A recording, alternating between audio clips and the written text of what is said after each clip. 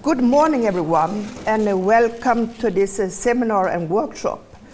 I'm really very glad that so many had been able to attend this meeting, as I think we sent out invitation only 3 weeks ago or something like that. But I also think that this really shows the engagement and the that so many people want to contribute to the government's strategy for a food strategy. And the organizers here is Formas, and as most of you know, is one of the Swedish Research Councils. And I would say that the Formas is the Research Council for Sustainable Development. So we are working with systems for the future. And its sustainability, both in concerning the economy, the social and the ecological. And I think in this context, this is really important that we are trying to merge the three together. And for our foreign guests, we have three main focuses. It's environment in the broader sense, it's agricultural sciences, including fisheries and forestry and food, of course, and it's spatial planning. I think spatial planning is a very bad translation to English because it's much broader. It has to do with the buildings, with the infrastructure, how we organize our societies, and of course the spatial planning. But I think we cannot see this as separate areas because they all go together and they are dependent on each other. We have different missions. We have, of course, research funding, but we also have to try to have strategies or to propose strategies for the government. We are evaluating different research areas, and we are also doing quite a lot of analysis.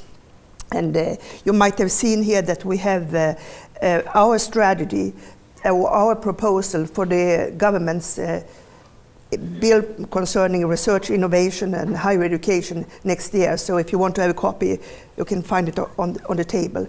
And we also have responsibilities for communication of both, of course, research policies, innovation policies, but also of the result from our research.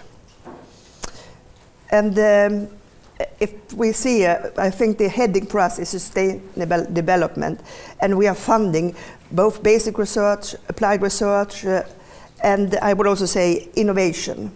We have two legs. The research that we are funding should be of highest scientific quality, but it should also be of relevance for the society. So it's really those two legs which are important for us in our funding.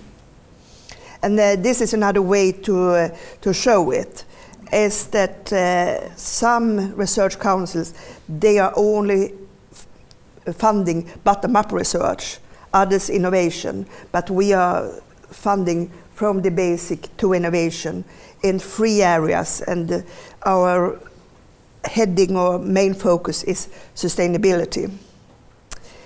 Why are we here today? As most of you know, the government has said that they are going to present a food strategy in the beginning of next year.